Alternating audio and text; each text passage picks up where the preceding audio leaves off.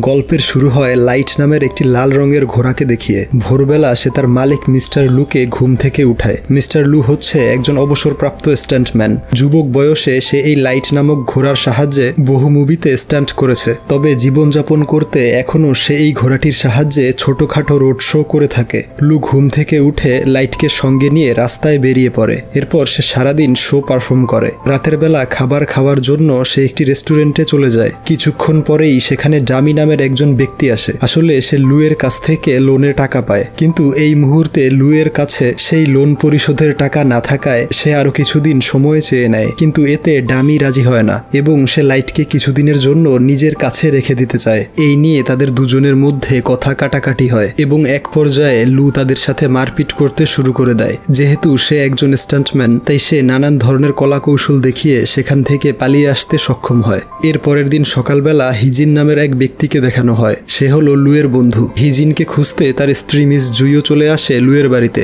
ওইদিকে মিস্টার লু লাইটকে নিয়ে কাজে বের হওয়ার সময় দুজন ব্যক্তি আসে তার সাথে কথা বলতে। আসলে এই লাইট নামের ঘোড়াটির মা ডিআই নামক একটি কোম্পানির অধীনে ছিল, যেখান থেকে মিস্টার লু 3 বছর আগে তাকে নিয়ে এসেছিল। বর্তমানে সেই কোম্পানি দেউলিয়া হয়ে গিয়েছে, তাই সব সম্পত্তি নিলামে উঠবে আর কন্ট্রাক্ট অনুযায়ী লাইটকেও নিলামে উঠানো হবে। কিন্তু লু কিছুতেই তাদের কথা মানতে পারছে না। হিজিন আর জয় সেই দুজন ব্যক্তিকে ভয় দেখায়, ফলে তারা চলে যেতে বাধ্য হয়। আসলে হিজিন আর জয়ও ছিল অনেক ভালো স্টান্ট পারফর্মার। সিন চেঞ্জ হলে দেখানো হয় হিজিন আর লু সেই কন্ট্রাক্ট নিয়ে আলোচনা করছে। লু জানায় ডিআই কোম্পানিটা তার এক বন্ধুর নামে ছিল আর সে 1 বছর আগেই মৃত্যুবরণ করেছে, তাই সেই কোম্পানিতে গিয়েও কোনো লাভ হবে না। হিজিন আর জয় লুকে পরামর্শ দেয় তার মেয়ে হায়ুনের সাথে দেখা করতে।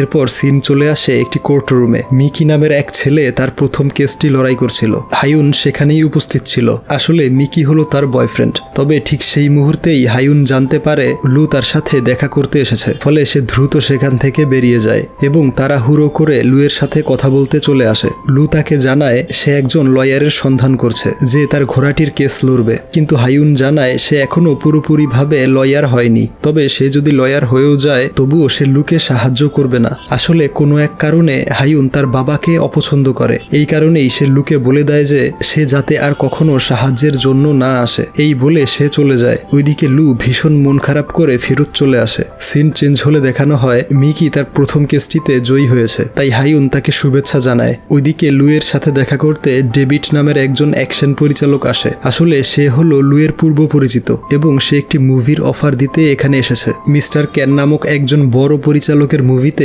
স্টান্টম্যান প্রয়োজন। সেই মুভিতেই লুকে কাজ করতে দেয়া হবে। এই অফার পেয়ে লু অনেক বেশি আনন্দিত হয়ে যায় আর সাথে সাথেই ডেভিডকে হ্যাঁ বলে দেয়। ডেভিড সেখান থেকে চলে গেলে লু লাইটকে নিয়ে ট্রেনিং শুরু করে, কিন্তু লাইট কিছুতেই তার কথা শুনছিল না। সে বলতে চাইছিল যে এই মুভিতে কাজ করতে সে মোটেও ইচ্ছুক নয়। অপরদিকে মিকি হায়ুনকে একটি রেস্টুরেন্টে নিয়ে আসে। সে তাকে বিয়ের জন্য প্রপোজ করে, কিন্তু এর জন্য একটি শর্ত আছে।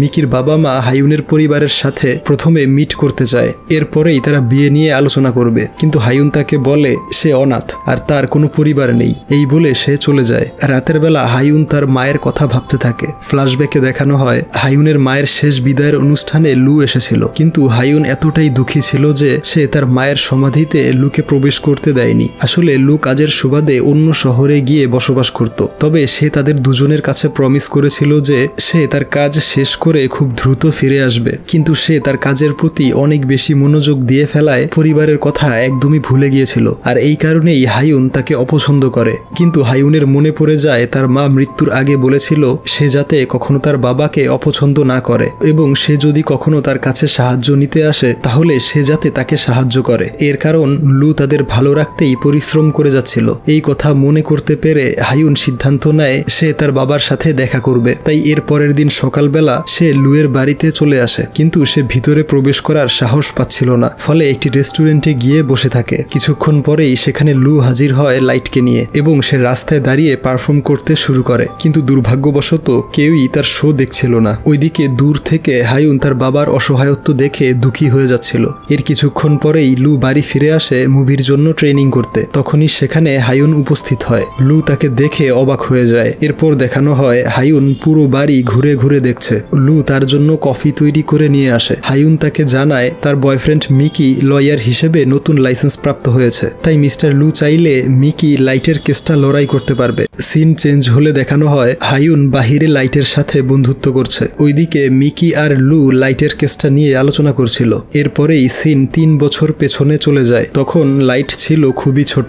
লু লাইটকে দেখেই পছন্দ করে ফেলে, কিন্তু ডিআই কোম্পানির মালিক জানায় লাইটের সামনের ডান পায়ে একটি ক্ষত আছে, তাই সে চাইলেও এই ঘোড়াটা নিতে পারবে না। কিন্তু তখনই আবার লাইট লুকে দেখে দাঁড়িয়ে যায়। এরপর থেকেই লাইট আর লু একসাথে বসবাস করে। লু এই ঘোড়াটাকে তার নিজের সন্তানের মতো করে লালন পালন করেছে, আর পর্যাপ্ত যত্ন নেয়ার কারণে লাইটের ক্ষতটাও ধীরে ধীরে ঠিক হয়ে যায়। এরপরেই সিন বর্তমানে চলে আসে। লু মিকির সাথে খুনসুটিময় মজা করতে থাকে, যা দেখে হায়ুনও কিছুটা আনন্দ পাচ্ছিল। রাতের বেলা লু হায়ুনকে ফোন করে। আসলে আগামীকাল তার শুটিং হবে, সেটা দেখতে আসার জন্য সে হায়ুনকে ইনভাইট করে। এর পরের দিন যথারীতি সব প্রস্তুতি নিয়ে লু শুটিং করতে আসে, কিন্তু লাইট কিছুতেই তার কথা শুনছিল না। এই দেখে পরিচালক মিস্টার ক্যান প্রচন্ড বিরক্ত হয়ে যায়, আর বাধ্য হয়েই সে লুকে এই মুভি থেকে বের করে দেয়। এই শুনে লু প্রচন্ড পরিমাণে ভেঙে পড়ে আর মন খারাপ করে একটি জায়গায় গিয়ে বসে থাকে। হায়ুন দূর থেকে তার বাবাকে দেখছিল। লুয়ের মন খারাপ দেখে হায়ুনও অনেক বেশি কষ্ট পায়, তাই সে লাইটকে গিয়ে রিকোয়েস্ট করে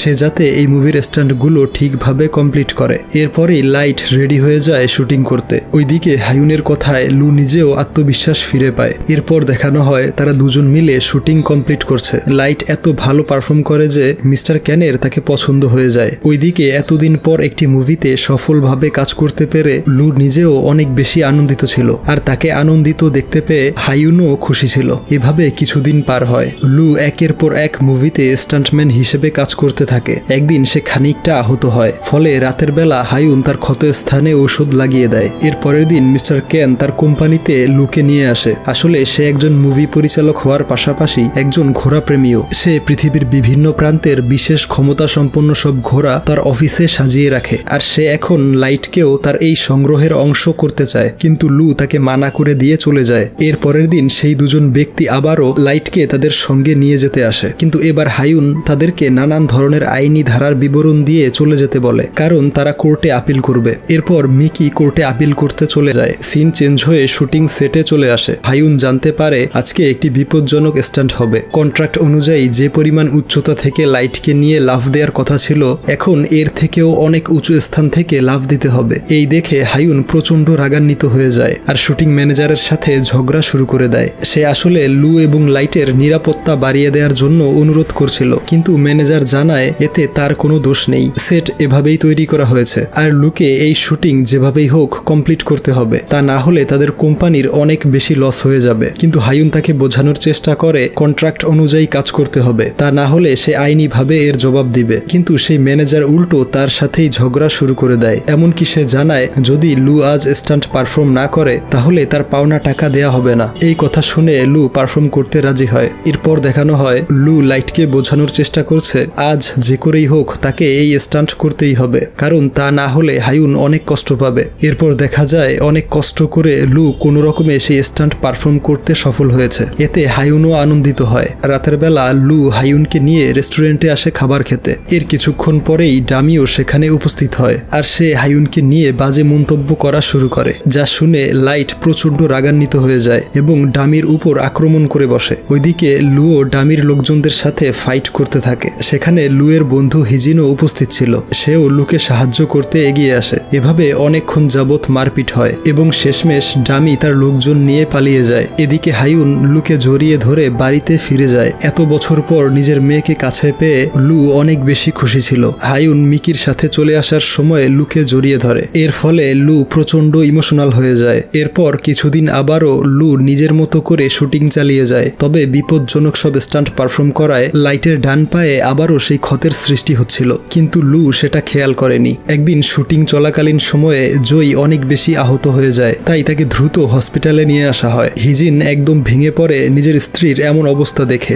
লুও কান্না করতে থাকে এবং বলে স্টান্টম্যানদের জীবন এরকমই হয়ে থাকে, সব সময় তাদেরকে রিস্ক নিয়ে কাজ করতে হয়। তবে কয়েকদিনের মধ্যেই জয়ী কিছুটা সুস্থ হয়ে যায়। ওইদিকে লু রেডি হয়ে একটি দামি রেস্টুরেন্টে আসে। লু প্রথমবার এত দামি রেস্টুরেন্ট দেখছে। আসলে আজ মিকির বাবা মায়ের সাথে তার সাক্ষাৎ হবে, কিন্তু সে ডাইনিং টেবিলে বসে বাচ্চাদের মতন আচরণ করতে থাকে। মিকির বাবা অনেক ধনী একজন মানুষ, তার এমন অদ্ভুত অদ্ভুত আচরণ দেখে মিকির বাবা মা অবাক হয়ে যায়, কিন্তু হায়ুন তাদেরকে ইমোশনাল একটি কথা বলে। সে বলে, আমি প্রায় 6 বছর পর আমার বাবার সাথে কথা বলছি। সে খানিকটা বাচ্চাদের মতন হলেও তার মন একদম সহজ সরল, তাই সে যেমনই হোক না কেন আমি তাকে নিয়ে প্রাউড ফিল করি। এই শুনে লু নিজেও অনেক ইমোশনাল হয়ে পড়ে এবং মিকির বাবা মাকে রিকোয়েস্ট করে তার কারণে হায়ুনকে যাতে কষ্ট না দেয়া হয়। এই কথা শুনে মিকির বাবা মাও ইমোশনাল হয়ে যায় এবং মিকির সাথে হায়ুনের সম্পর্কটি মেনে নেয়। তারা চলে যেতেই হায়ুন লুকে বলে সে যেন তার স্টান্টম্যানের কাজটি ছেড়ে দেয়, কারণ এতে সে নিজেকেও আহত করছে এবং লাইটও আহত হচ্ছে। কিন্তু লু জানায় সে একজন সত্যিকারের স্টান্টম্যান, আর একজন প্রকৃত স্টান্টম্যান কখনো অবসর নিতে পারে না। এই নিয়ে দুজনের মধ্যে আবারও ঝগড়া শুরু হয়। হায়ুন এবং লু রাগ দেখিয়ে দুজন দুদিকে চলে যায়। এর পরের দিন সকালবেলা লু লাইটকে সঙ্গে নিয়ে আবার শুটিং স্পটে হাজির হয়, তবে আজ সে কাজে মনোযোগ দিতে পারছে না। ওইদিকে লাইটের পায়ের ক্ষতটাও ধীরে ধীরে বৃদ্ধি পাচ্ছে, ফলে শুটিং এর সময় লু লাইটের ওপর থেকে নিচে পড়ে গিয়ে অজ্ঞান হয়ে যায়। খবর শুনে হায়ুন চলে আসে, তবে হসপিটালে অ্যাডমিট করতে আইডি কার্ড প্রয়োজন হবে, তাই সে লুয়ের আইডি কার্ড আনতে বাড়ি চলে আসে। এখানে ড্রয়ার থেকে সে একটি পেন ড্রাইভও খুঁজে পায়, যেটা প্লে করলে সেখানে দেখানো হয় লু তার সাথেই কথা বলছে। আসলে লু যতবার হায়ুনের সাথে সাক্ষাৎ করত ততবার সে ওই সিসিটিভি ফুটেজগুলো সংগ্রহ করত এবং পরবর্তীতে সেগুলো প্লে করে দেখত, যাতে সে এর পরের বার তার সাথে কথা বলতে আসলে কোনো প্রকার ভুল না করে। কিন্তু প্রত্যেকবারই হায়ুন তার সাথে খারাপ আচরণ করেছে। নিজের ভুল বুঝতে পেরে হায়ুন হসপিটালে গিয়ে তার বাবার বুকে মাথা রেখে কান্না শুরু করে এবং তার কাছে ক্ষমাও চেয়ে নেয়, কারণ সে জানতো না তার বাবা তাকে এত বেশি ভালোবাসে। হায়ুন নিজের ভুল বুঝতে পেরেছে। এটা জানতে পেরে লু অনেক বেশি ইমোশনাল হয়ে যায় এবং অঝরে কান্না করতে থাকে। সে তার মেয়েকে প্রমিস করে আর কখনো সে স্টান্ট পারফর্ম করবে না। এভাবেই বেশ কিছুদিন কেটে যায়। লু সুস্থ হয়ে বাড়ি ফিরে আসে। হায়ুন আর মিকি এখন তার সাথেই বসবাস করছে।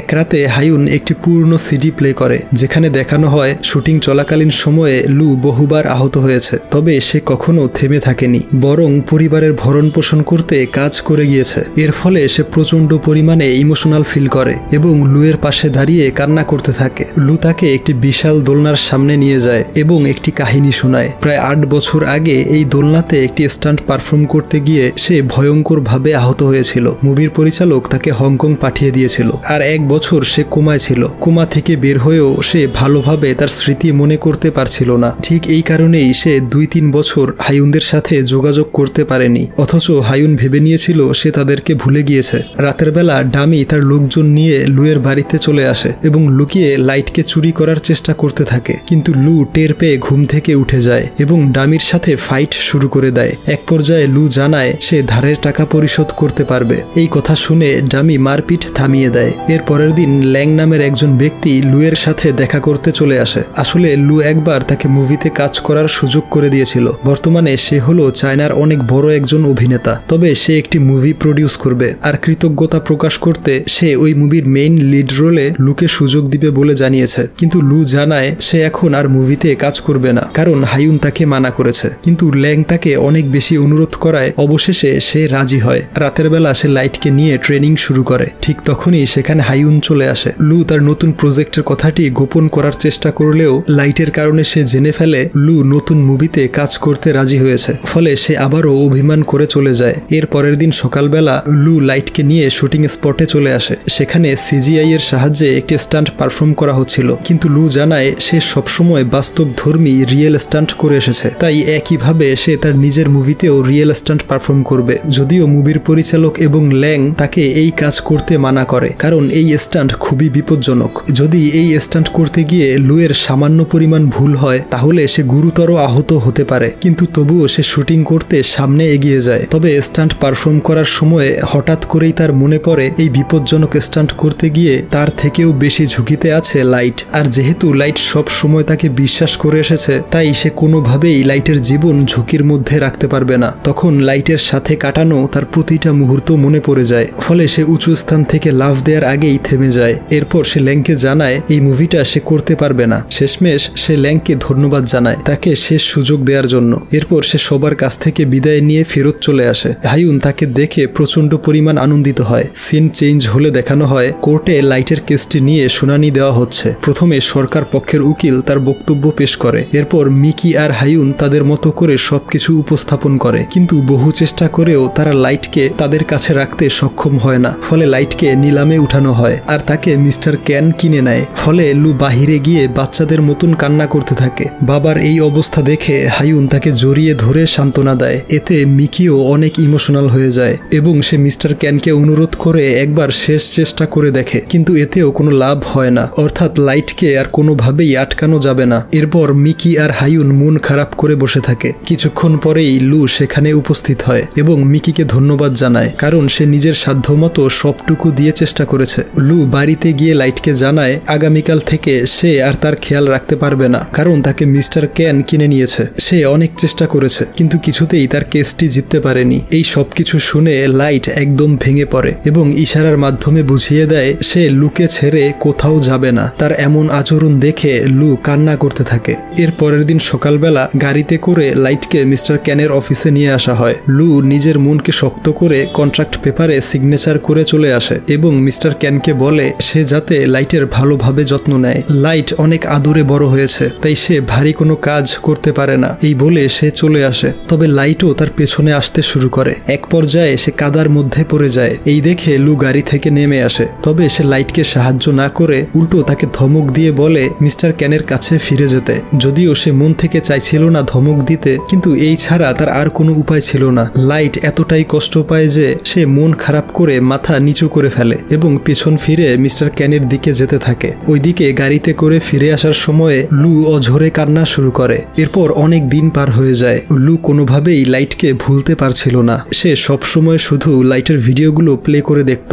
একদিন হায়ুন মিস্টার ক্যানের সাথে দেখা করতে যায় এবং তাকে লুয়ের সবগুলো স্ট্যান্ডের ভিডিও প্লে করে দেখায়। সে বলে তার বাবা কখনোই সুখের দেখা পায়নি, সব সময় কষ্ট করে গিয়েছে। সে নিজেও ছোট থেকে এই পর্যন্ত লুকে আপন করে নেয়নি। তার জীবনটা শুধুমাত্র স্টান্ট পারফর্ম করাতেই সীমাবদ্ধ ছিল, কিন্তু জীবনের এই শেষ সময়ে লাইটই তার একমাত্র সঙ্গী। তাই সে অনুরোধ করে মিস্টার ক্যান যেন লুয়ের সঙ্গীকে দূরে সরিয়ে না দেয়। রাতের বেলা লু লাইটের ভিডিও দেখতে দেখতে ঘুমিয়ে পড়ে। সকালবেলা সে ঘুম থেকে উঠে চমকে যায়, কারণ সে দেখতে পায় লাইট তার বাড়িতে ফিরে এসেছে। আসলে হায়ুন আর মিকির অনুরোধে মিস্টার ক্যান লাইটকে ফিরিয়ে দিয়েছে। তবে সে এটাও বলে লাইট লুয়ের কথা চিন্তা করে এই কয়েকদিন কোনো খাবার খায়নি। লাইট এবং লুয়ের এই অকৃত্রিম ভালোবাসা দেখে সে অনেক বেশি অবাক হয়েছে এবং সে উপলব্ধি করেছে লাইট এবং লুকে আলাদা করা তার মোটেও উচিত হবে না। তাদের দুজনকে এক করে দিয়ে সে নিজেকে ধন্য মনে করবে। এই বলে সে চলে যায়। ওইদিকে লু লাইটকে ফিরে পেয়ে প্রচন্ড ইমোশনাল হয়ে যায়। হায়ুন আর মিকিও লাইটকে স্বাগতম জানায়। আর এই সুন্দর দৃশ্যের মাধ্যমেই এই অসাধারণ মুভিটির সমাপ্তি ঘটে।